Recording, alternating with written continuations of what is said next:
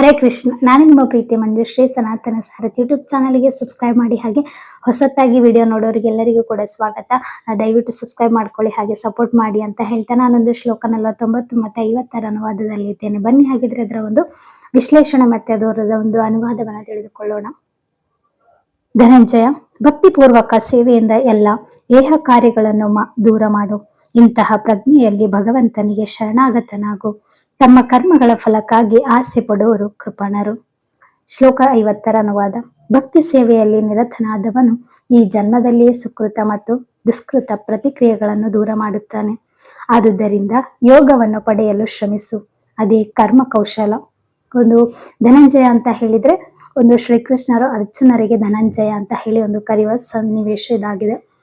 ಏನ್ ಹೇಳ್ತಿದ್ದಾರೆ ಅಂತ ಹೇಳಿದ್ರೆ, ಭಕ್ತಿಪೂರ್ವಕ ಸೇವೆಯಿಂದ ಎಲ್ಲಾ ಕಾರ್ಯಗಳನ್ನು ದೂರ ಆಗ್ತದೆ ಅಂತ ಹೇಳಿ, ನಾವು ಮಾಡುವ ಒಂದು ಭಕ್ತಿಯಿಂದ ನಾವು ಮಾಡುವ ಪ್ರತಿಯೊಂದು ಕಾರ್ಯದ ಒಂದು ಕೆಟ್ಟದೇನಾಗ್ತದೆ ಅದನ್ನು ದೂರ ಆಗ್ತದೆ. ಒಂದು ದೇವರ ಒಂದು ಸೇವೆ ಆಗಿರ್ಬೋದು, ಅಥವಾ ಒಂದು ನಿಷ್ಕಲ್ಮಶ ಪ್ರೀತಿ ಆಗಿರ್ಬೋದು, ಅಥವಾ ನಿಷ್ಕಲ್ಮಶ ಒಂದು ಭಕ್ತಿಯಿಂದ ನಮಗೆ ಕಾರ್ಯಗಳಿಗೆ ಯಾವುದೊಂದು ಅಡ್ಡಿ ಬರ್ತದೆ ಅದೆಲ್ಲ ಕೂಡ ದೂರ ಆಗ್ತದೆ ಅಂತ ಹೇಳಿ ಶ್ರೀಕೃಷ್ಣರಲ್ಲಿ ಒಂದು ಶ್ಲೋಕದ ಮುಖಾಂತರ ಹೇಳ್ತಿದ್ದಾರೆ. ಶ್ರೀಕೃಷ್ಣರು ಹೇಳ್ತಾರೆ, ಒಂದು ಈ ಶ್ಲೋಕವನ್ನು 49ರಲ್ಲಿ ಹೇಳ್ತಾರೆ, ಜಿಪುಣರು ಯಾವತ್ತೂ ಕೂಡ ತಮ್ಮ ಜೀವನವನ್ನು ವ್ಯರ್ಥ ಮಾಡ್ತಾರೆ. ಯಾವ ರೀತಿಯಾಗಿ ಅಂತ ಹೇಳಿದ್ರೆ, ದೇವರಿಗೆ ಒಂದು ಹೂವು ಇಡುವುದಾಗಿರ್ಬೋದು, ಅಥವಾ ಒಂದು ದೇವರಿಗೆ ಒಂದು ಸೇವೆಗಳಾಗಿರ್ಬೋದು. ನಾವು ದೇವಸ್ಥಾನಕ್ಕೆ ಹೋಗಿ ದೇವರಿಗೆ ಒಂದು ಪೂಜೆ ಮಾಡಿದ ತಕ್ಷಣ ಅದು ದೇವರಿಗೆ ಅರ್ಪಣೆ ಆಗ್ತದೆ ಅನ್ನೋದನ್ನು ನಮ್ಮ ಒಂದು ತಪ್ಪು ಪರಿಕಲ್ಪನೆ. ದೇವ್ರು ಹೇಳ್ತಿಲ್ಲ ನನ್ಗೇನೆ ಕೊಡು ಅಂತ ಹೇಳಿ. ದೇವರು ಒಂದು ಸ್ವರೂಪವನ್ನು ನಾವು ಯಾವ ಜನರಲ್ಲಿ ನೋಡ್ಬೇಕಂದ್ರೆ, ಕೈಯಲ್ಲಿ ಶಕ್ತಿ, ಕಾಲಲ್ಲಿ ಒಂದು ಶಕ್ತಿ ಇಲ್ಲದವರಿಗೆ ಒಂದು ಸಹಾಯ ಮಾಡೋದರ ಮುಖಾಂತರ ಅವರಲ್ಲಿ ನಾವು ದೇವರನ್ನು ಕಾಣಬೇಕು. ಅಷ್ಟೇ ಅಲ್ಲದೆ ನಾವು ಒಂದು ಮಾಡಿದ ಕರ್ಮಕ್ಕೆ ಯಾವತ್ತೂ ಕೂಡ ಪ್ರತಿಫಲ ಬಯಸದೆ ನಾವು ಒಂದು ಕಾರ್ಯವನ್ನು ಮಾಡಿದಾಗ ಅವನ ಒಂದು ಶ್ರೀಕೃಷ್ಣನ ಪಾದಕ್ಕೆ ಶರಣಾಗಿದ್ದಾನೆ ಅಂತ ಹೇಳಿ ಅರ್ಥ ಅಂತ ಹೇಳಿ ಇಲ್ಲಿ ಹೇಳ್ತಿದ್ದಾರೆ. ಈಗ ತುಂಬಾ ಜನ ಒಂದು ದುಡಿತಾರೆ, ಆಸ್ತಿ ಅಂತಸ್ತನ್ನು ಎಲ್ಲವನ್ನು ಕೂಡ ಮಾಡ್ತಾರೆ. ಆದ್ರೆ ಅವರಲ್ಲಿ ಜಿಪುಣತನ ಇದ್ರೆ, ಇನ್ನೊಬ್ಬರಿಗೆ ಒಂದು ನಯಪಯಸದಷ್ಟು ಒಂದು ಹಣವನ್ನು ಕೊಡದಿದ್ರೆ, ಅಷ್ಟೇ ಅಲ್ಲದೆ ಒಂದು ಇನ್ನೊಬ್ಬರ ಒಂದು ಕನಿಕರ ಕಾಣದಿದ್ರೆ ಅವನು ಅಷ್ಟೊಂದು ದುಡ್ದದ್ದು ಅಷ್ಟೇ ಅಲ್ಲದೆ ವ್ಯರ್ಥ ಅಂತ ಹೇಳಿ ಶ್ರೀಕೃಷ್ಣರು ಹೇಳ್ತಾರೆ. ನಮ್ಮ ಕರ್ಮ ಯಾವ ರೀತಿಯಾಗಿರ್ತದೆ ಅಂತ ಹೇಳಿದ್ರೆ, ಯಾವಾಗ ನಾವು ಜೀವನದಲ್ಲಿ ನಾನಷ್ಟೇ ಬದುಕಬೇಕು, ನಾನಷ್ಟೇ ಒಂದು ಖುಷಿಯಾಗಿರ್ಬೇಕು, ನನ್ನಲ್ಲಿ ಇದ್ದದ್ದು ಇನ್ಯಾರ ಹತ್ರ ಕೂಡ ಇರಬಾರ್ದು ಅನ್ನೋ ಅಹಂ ಆಗಿರ್ಬೋದು, ಅಹಂಕಾರ ಆಗಿರ್ಬೋದು, ಅಥವಾ ಜಿಪುಣತನ ಅಂತ ಹೇಳ್ಬೋದು. ಆ ರೀತಿಯಾಗಿ ಯಾವ ಜವನರಲ್ಲಿ ಇರ್ತದೆ, ಅಥವಾ ನನಗೆ ಮಾತ್ರ ಒಳ್ಳೆಯದಾಗಬೇಕು, ನನಗೆ ಮಾತ್ರ ದೇವರೇ ಕೊಡು ಅಂತ ಹೇಳಿ ಯಾರು ಬಯಸ್ತಾರೆ ಅವರಿಗೆ ಇದೇ ಚಕ್ರದಲ್ಲಿ ಅಂದ್ರೆ ಹುಟ್ಟು ಸಾವು ಮಧ್ಯಗಳ ಮಾತ್ರ ಇರ್ತದೆ. ಯಾವಾಗ ಜೀವನಕ್ಕೆ ಮೋಕ್ಷ ಸಿಗ್ತದೆ ಆಗ ನಾವು ದೇವರ ಪಾದಕ್ಕೆ ಸೇರ್ಲಿಕ್ಕೆ ಒಂದು ಸಾಕ್ಷಿ. ಹಾಗಿದ್ರೆ ಸ್ವರ್ಗಕ್ಕಿಂತಲೂ ಮಿಗಿದಾದದ್ದು ಮೋಕ್ಷ. ನಾವು ಸಾಮಾನ್ಯವಾಗಿ ಗೊತ್ತಿರಲ್ಲ ನಮಗೆ ಸ್ವರ್ಗನೇ ಒಂದು ಕೊನೆಯ, ಸ್ವರ್ಗನೇ ಅಂತಿಮ ಅಂತ ಹೇಳಿ. ಶ್ರೀಕೃಷ್ಣರ ಒಂದು ಹಿಂದಿನ ಶ್ಲೋಕದಲ್ಲಿ ನಾನು ಹೇಳಿದ್ದೇನೆ, ಒಂದು ಅಂತಿಮ ಅನ್ನೋದು ಸ್ವರ್ಗ ಅಲ್ಲ, ಮೋಕ್ಷ. ನಾವು ಸ್ವರ್ಗಕ್ಕಾಗಿ ಯಾವುದೇ ಕೆಲಸವನ್ನು ಮಾಡಬಾರ್ದು. ಈಗ ನನಗೆ ಸ್ವರ್ಗ ಸಿಗ್ತದೆ, ನನ್ನಲ್ಲಿ ಇಲ್ಲಿ ಎಲ್ಲ ಆಸ್ತಿ ಇದೆ, ನಾನು ಮುಂದೆ ಸ್ವರ್ಗಕ್ಕೆ ಹೋಗ್ಬೇಕು ಅನ್ಕೊಂಡವರು ಅವರದೊಂದು ಮೂರ್ಖತನ ಅಂತ ಹೇಳ್ಬೋದು. ನನಗೆ ಕೂಡ ಒಂದು ಸ್ವರ್ಗನೇ ಅಂತಿಮ, ಅಥವಾ ಸ್ವರ್ಗದಲ್ಲಿ ದೇವರಿದ್ದಾರೆ ಅಂತ ಹೇಳಿ ನಾವು ಅನ್ಕೊಂಡಿರ್ತೇವೆ. ಆದ್ರೆ ಸ್ವರ್ಗ ಅನ್ನೋದು ಮತ್ತೆ ನಮಗೆ ಒಂದು ಮನುಷ್ಯನ ಜನ್ಮಕ್ಕಾಗಿರ್ಬೋದು, ನಮ್ಮ ಪಾಪ ಕರ್ಮಕ್ಕೆ ಅನುಗುಣವಾಗಿ ಮತ್ತೆ ನಮಗೆ ಅದೇ ಜನ್ಮ ಕೊಡ್ತದೆ. ಈಗ ನಾವು ತುಂಬಾ ಜನ ಕೇಳಿರ್ತೇವೆ, ಒಂದು ನಮ್ಮ ಹಿಂದೂ ಧರ್ಮದ ಒಂದು ಪುರಾಣಗಳಲ್ಲಿ ಕೂಡ ಇರ್ತದೆ, ನಾವು ಯಾವ ರೀತಿಯಾಗಿ ಕರ್ಮ ಮಾಡಿರ್ತೇವೆ ಮುಂದಿನ ಜನ್ಮದಲ್ಲಿ ಯಾವ ರೀತಿಯಾಗಿ ಒಂದು ನಾವು ಮತ್ತೆ ಹುಟ್ಟುತ್ತೇವೆ, ಅಥವಾ ಮತ್ತೆ ಒಂದು ಬದುಕ್ತೇವೆ, ಅಥವಾ ಮತ್ತೆ ನಾವು ಜೀವಿಸಲ್ಪಡ್ತೇವೆ ಅಂತ ಹೇಳಿ ಹೇಳ್ತೇವೆ. ಅಂದ್ರೆ ಈಗ ನಾನು ಮನುಷ್ಯ ಜನ್ಮದಲ್ಲಿ ಹುಟ್ಟಿದ್ದೇನೆ ಅಂದ್ರೆ ನಾನು ಹಿಂದೆ ಒಂದು ಏನೋ ತಪ್ಪುಗಳನ್ನು ಮಾಡಿರ್ಬೋದು, ಅಥವಾ ಯಾವುದೋ ಒಂದು ಕರ್ಮಕ್ಕೆ ನಾನು ಮನುಷ್ಯ ಜಾತಿಗೆ ಹುಟ್ಟಿದ್ದೇನೆ. ಅಷ್ಟೇ ಅಲ್ಲದೆ ಮುಂದೆ ಒಂದು ನಾಯಿ ಆಗಿರ್ಬೋದು, ಪ್ರಾಣಿಗಳಾಗಿರ್ಬೋದು, ಪಕ್ಷಿಗಳಾಗಿರ್ಬೋದು, ಇನ್ಯಾವುದೋ ರೂಪದಲ್ಲಿ ಮತ್ತೆ ಹುಟ್ಟುತ್ತೇವೆ. ಅದೇ ಸ್ವರ್ಗ ಅಂತ ಹೇಳ್ಬೋದು. ಮೋಕ್ಷ ಅಂತ ಹೇಳಿದ್ರೆ ಯಾವ ಜೀವಿಯು ತಾನು ಇರುವಷ್ಟು ದಿವಸ ಕೂಡ ದೇವರ ಒಂದು ಜಪ ಆಗಿರ್ಬೋದು, ದೇವರ ಒಂದು ನಾಮಸ್ಮರಣೆ ಆಗಿರ್ಬೋದು, ಭಕ್ತಿ ಆಗಿರ್ಬೋದು, ಪ್ರೀತಿ ಆಗಿರ್ಬೋದು, ಅಥವಾ ಸ್ವಚ್ಛ ಮನಸ್ಸಿದ್ದವನ ಅವನು ಮಾತ್ರ ದೇವರ ಒಂದು ಪಾದಕ್ಕೆ ಸೇರ್ತಾನಂತ ಹೇಳಿ ಒಂದು ಹೇಳ್ಬೋದು.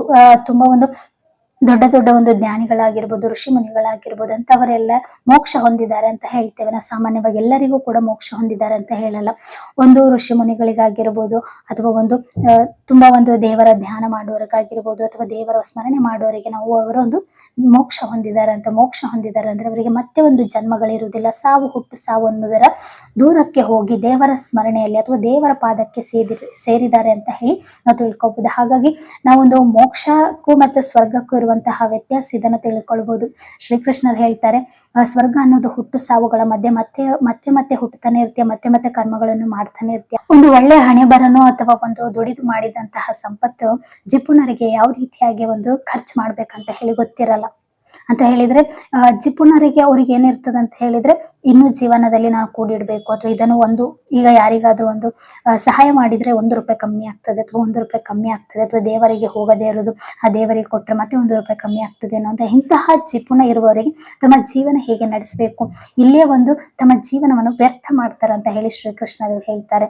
ಅಷ್ಟೇ ಅಲ್ಲದೆ ನಾವು ಒಂದು ಶ್ಲೋಕ 50ರಲ್ಲಿ ಏನ್ ತಿಳ್ಕೊಳ್ಬಹುದು ಅಂದ್ರೆ, ಭಕ್ತಿ ಸೇವೆಯಲ್ಲಿ ನಿರತನಾದವನು ಈ ಜನ್ಮದಲ್ಲಿ ಸುಕೃತ ಮತ್ತು ದುಷ್ಕೃತ ಪ್ರತಿಕ್ರಿಯೆಗಳನ್ನು ದೂರ ಮಾಡುತ್ತಾನೆ. ಆದುದರಿಂದ ಯೋಗವನ್ನು ಪಡೆಯಲು ಶ್ರಮಿಸು, ಅದೇ ಕರ್ಮ ಕೌಶಲ. ಒಂದು ದೇವರ ಒಂದು ಭಕ್ತಿಯಲ್ಲಿದ್ದವನು ಅಥವಾ ಒಂದು ದೇವರ ಸ್ಮರಣೆಯನ್ನು ಮಾಡುವನು, ಜಪ ಮಾಡುವನಾಗಿರ್ಬೋದು ಅಥವಾ ದೇವರನ್ನು ನಂಬುವನಾಗಿರ್ಬೋದು, ದೇವರ ಹೆಸರಿನಲ್ಲಿ ಯಾವುದೇ ರೀತಿಯ ಒಂದು ಕೆಟ್ಟ ಕೆಲಸಗಳನ್ನು ಮಾಡೋದಾಗಿರ್ಬೋದು, ನಿರಂತರವಾಗಿ ನಾವು ದೇವರನ್ನು ನಿಜವಾಗಿ ನೋಡದಿದ್ರೆ ಕೂಡ ನಮ್ಮ ಆತ್ಮದಲ್ಲಿ ಪರಮಾತ್ಮನಿದ್ದಾನೆ ಅಂತ ಹೇಳಿ ಯಾವ ಒಂದು ವ್ಯಕ್ತಿ ತನ್ನ ಜೀವನವನ್ನು ನಡೆಸ್ತಾ ಇರ್ತಾನೆ, ಅವನ ಜೀವನದಲ್ಲಿ ಸುಖ ದುಃಖ ಎಲ್ಲವನ್ನು ಕೂಡ ಅನುಭವಿಸ್ತಾನೆ ಅಂತ ಹೇಳಿ ಶ್ರೀಕೃಷ್ಣರಲ್ಲಿ ಹೇಳ್ತಿದ್ದಾರೆ. ಹಾಗಾಗಿ ಯಾವುದೇ ರೀತಿ ಅಂದ್ರೆ ನಮ್ಮ ಜೀವನ ಎನ್ನುವುದು ದೇವರ ಸ್ಮರಣೆಯಲ್ಲಿ ಕೂಡ ಇರಬೇಕು. ಈ ಕಲಿಯುಗದಲ್ಲಿ ಯಾವ ರೀತಿಯಾಗಿ ಅಂತ ಹೇಳಿದ್ರೆ ಒಂದು ಪ್ರೇಮಾನಂದ ಮಹಾರಾಜರು ಅಂತ ಹೇಳಿ ನಿಮಗೂ ಗೊತ್ತಿರ್ಬೋದು, ನನಗೆ ತುಂಬಾ ಒಂದು ಇಷ್ಟವಾದಂತಹ ಗುರುಜಿ ಅಂತ ಹೇಳ್ಬೋದು. ಅವ್ರು ಹೇಳುವಂತ ಒಂದು ಮಾತು ಯಾವ ರೀತಿಯಾಗಿ ಅಂತ, ಈ ಕಲಿಯುಗದಲ್ಲಿ ತುಂಬಾ ಜನ ಹೇಳಿದ್ದಾರೆ ಅಂದ್ರೆ, ಈ ಕಲಿಯುಗದಲ್ಲಿ ಒಂದು ನಾಮಸ್ಮರಣೆಯಿಂದ ನಮ್ಮ ಎಷ್ಟೋ ಪಾಪ ಕರ್ಮಗಳು ದೂರ ಆಗ್ತವಂತೆ.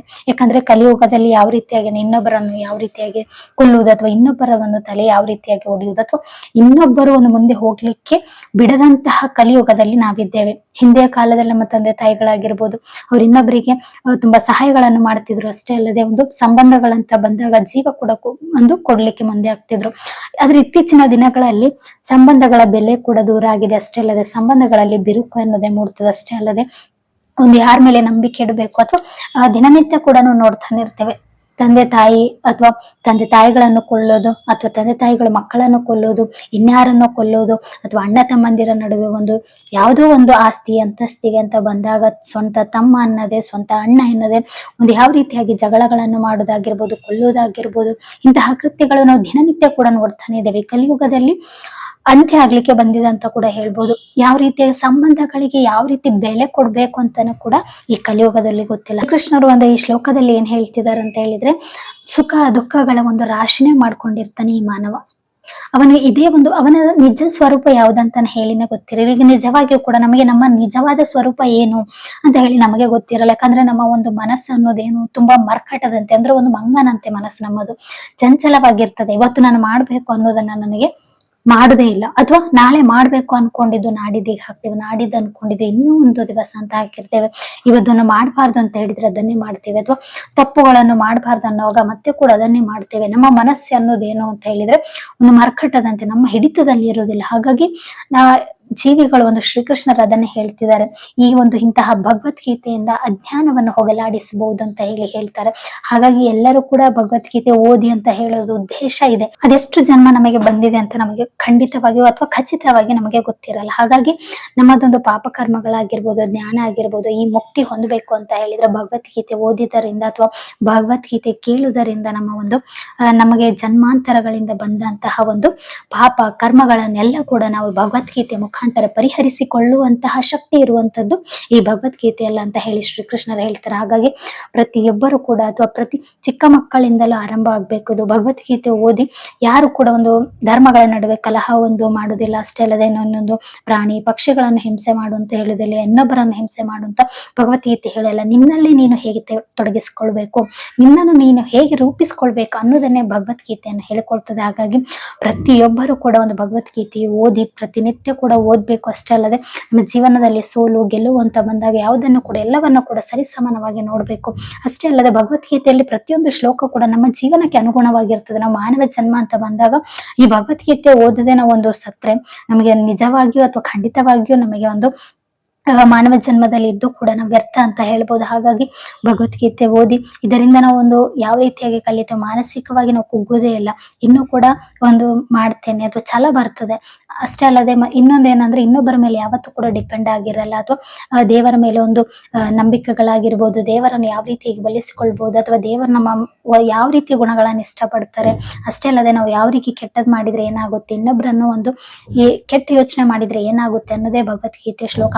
ಹಾಗಾಗಿ ಭಗವದ್ಗೀತೆ ಓದುವುದರ ಮುಖಾಂತರ ನಮ್ಮ ಸಮಾಜದಲ್ಲಿ ಆಗುವಂತಹ ಕೆಟ್ಟ ಘಟನೆಗಳು ಕಮ್ಮಿ ಆಗ್ತದೆ ಅಂತ ನನ್ನ ಆಶೆ. ಹಾಗಾಗಿ ಪ್ರತಿಯೊಬ್ಬರು ಕೂಡ ಒಂದು ಓದ್ಬೇಕು. ಅಷ್ಟೇ ಅಲ್ಲದೆ ಆ ಜೀವನದಲ್ಲಿ ಅಳವಡಿಸಿಕೊಂಡಾಗ ಒಳ್ಳೆ ವ್ಯಕ್ತಿಗಳಾಗ್ತದೆ. ಎಷ್ಟೋ ಕೋಟಿ ಹಣ ಸಂಪಾದಿಸಿದ್ರು ಕೂಡ ನಮ್ಮಲ್ಲಿ ಒಳ್ಳೆಯ ಗುಣಗಳಿಲ್ಲದಿದ್ರೆ ನಾವು ಸತ್ ಮೇಲೆ ಕೂಡ ನಮಗೆ ಅದೊಂದು ವ್ಯರ್ಥ ಅಂತ ಹೇಳ್ಬೋದು. ಹಾಗಾಗಿ ಸತ್ ಮೇಲೆ ನಮ್ಮ ಒಂದು ಹೆಣದಲ್ಲಿ ಅದನ್ನು ಕೊಡುವುದಿಲ್ಲ. ಹಾಗಾಗಿ ನಮಗ ಸಿಗುವಂತಹ ಬಿರುದುಗಳು ಯಾವುದಂದ್ರೆ ಒಳ್ಳೆಯ ವ್ಯಕ್ತಿ ಅಥವಾ ಒಳ್ಳೆಯ ಗುಣದವಳು, ಒಳ್ಳೆಯ ನಡತೆಯವಳು ಅಥವಾ ಒಳ್ಳೆಯ ಮನಸ್ಸಿನವಳು ಅಥವಾ ನನಗೆ ಒಂದು ಸಹಾಯ ಮಾಡಿದಾಳೆ ದೇವರಂತವಳು ಅಂತ ಹೇಳಿದಾಗ ಅದೇ ನಿಜವಾದ ಒಂದು ಜನ್ಮ ಪಾವನ ಆಗಿದೆ ಅಂತ ಹೇಳಿ ತಿಳ್ಕೊಬಹುದು. ಹಾಗಾಗಿ ಭಗವದ್ಗೀತೆ ಅಂತ ರಾಮಾಯಣ ಆಗಿರ್ಬೋದು, ನಮ್ಮ ಒಂದು ಹಿಂದೂ ಧರ್ಮದಲ್ಲಿ ತುಂಬಾ ಪವಿತ್ರವಾದಂತಹ ಗ್ರಂಥ ಈ ಒಂದು ಭಗವದ್ಗೀತೆ. ಹಾಗಾಗಿ ಇದನ್ನು ಪ್ರತಿನಿತ್ಯ ಓದುವುದಾಗಿರ್ಬೋದು, ಶ್ಲೋಕಗಳನ್ನು ಕೇಳುವುದಾಗಿರ್ಬೋದು, ಇದನ್ನು ನಾವು ಓದ್ತೇವೆ ಅಂತ ಹೇಳಿದ್ರೆ ಖಂಡಿತವಾಗಿಯೂ ಶ್ರೀಕೃಷ್ಣರಿಗೆ ಅಷ್ಟೇ ಅಲ್ಲದೆ ಈ ಸಮಾಜ ಕೂಡ ಒಳ್ಳೆಯ ಬೆಳವಣಿಗೆ ಆಗ್ತದೆ. ಅಷ್ಟೇ ಅಲ್ಲದೆ ಕೆಟ್ಟ ಘಟನೆಗಳು ಕಮ್ಮಿ ಆಗ್ತದೆ.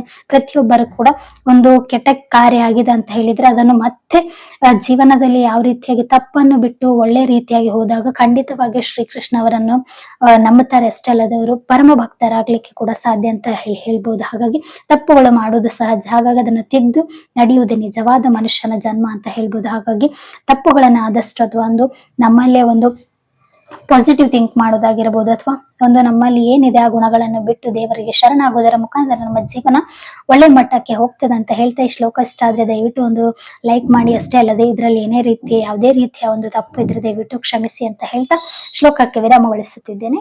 ಜೈ ಶ್ರೀರಾಮ್.